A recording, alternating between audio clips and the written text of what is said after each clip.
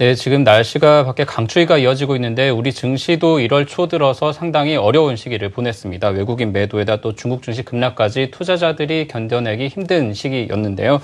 네, 과연 이 시점에서 우리 투자자들이 가져야 할 자세 어떤 것들인지 오늘 유승민 삼성증권 투자전략팀장과 함께 시장의 이슈들을 함께 진단해 보겠습니다. 팀장님 안녕하십니까? 안녕하세요. 네, 안녕하세요. 네. 지금 올해 들어서 세계 주요국의 증시가 큰 폭으로 하락했습니다. 물론 금요일엔 조금 반등을 했지만 이 글로벌 증시 하락에다가 또 특히나 이 중국, 홍콩 증시가 연이어 하락하면서 시장에 불안감을 주고 있는데 우리가 어떤 의미 또 어떤 영향을 받고 있다라고 좀 봐야 할까요? 중국의 어떤 경기에 대한 우려는 합리적이라고 생각을 합니다. 네. 중국 경기는 이제 중국의 어떤 성장 모델이 고정 투자에서 소비 중심으로 이동하는 과정에서 후퇴가 나타나고 있고요. 이 과정에서 이제 기업들의 부채가 쌓이는 그런 문제점을 안고 있습니다. 네. 하지만 중국 경제에 대한 우려는 지나칩니다. 여전히 중국의 펀더멘탈은 소위 이제 서구에서 얘기하는 형태의 위기로 갈 가능성은 좀 낮아 보입니다. 네. 따라서 최근에 이제 중국 증시의 조정은 일종의 그 성장통이다 그렇게 해석하시면 될 것 같고요. 이제 외환시장이나 주식시장은 시장이 개방되는 과정에서 나타나는 좀 제도의 미비에 따른 그런 문제점들이 노출이 되고 있으나 큰 틀의 어떤 그 시스템 문제로 해석하는 데 있어서는 조금 저희는 아직은 좀 신중할 입장이다 이렇게 말씀드릴 수 있겠습니다. 그러니까 시스템 리스크로 보기는 좀 어렵다라는 말씀이신 거고요. 일단 뭐 중국발 악재로 시작해서 뭐 변동성이 굉장히 큰 장이 연출이 되고 있어요. 일단 변수를 좀 체크해 보면서 시장에 좀 대응을 해봐야 될 것 같은데 예상 시나리오를 좀 어떻게 잡을 수가 있을까요? 일단 연초에 가졌던 우려는 지난해 말 이제 미국의 금리 인상이 시작된 이후에 이렇게 이제 저성장 저물가 환경에서 과연 금리 인상을 통한 그 코스트 지불을 네. 금융시장이 또는 경제가 견딜 수 있겠느냐 하는 그런 우려부터 출발을 했습니다. 네. 물론 이제 중국의 우려들이 조금 더 이제 그 시장의 부담을 증폭시킨 측면은 있고요. 네. 다만 이제 앞서 잠깐 뉴스 언급에서 있었습니다만 드라기 총재를 비롯해서 주요 선진국들의 중앙은행들이 이제 대책을 시작을 했다라는 점은 상당히 의미가 있습니다.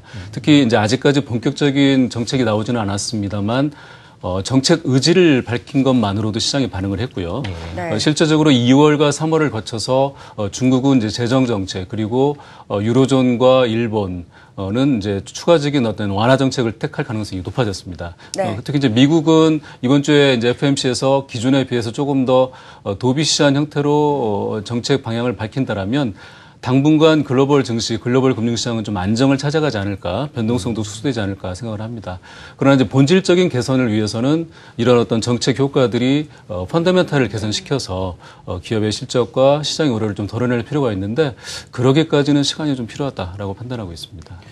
네, 정책적인 좀 우호적인 정책들이 나올 거다라는 기대감 때문에 시장이 좀 안도하고 있다라고 볼 수도 있겠지만 한편으로 외국인 매도세가 심상치 않거든요. 한국 시장에 대해서는 이달 들어서 거의 3조 가까이 내다 팔고 있고 물론 중동계 자금이 9분응선 넘었다라고는 하지만 아직까지는 불안하니까 어떻게 전망할 수 있을까요? 당분간 신흥시장에서 외국인들 자금은 이탈될 수밖에 없는 것 같습니다.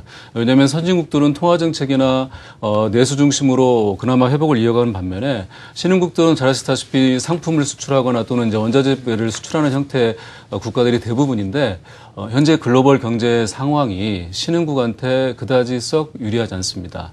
때문에 신흥국에서 올해도 자금이 이탈할 것으로 보여지고 한국도 그 대상에서 예외는 아니라고 생각을 합니다.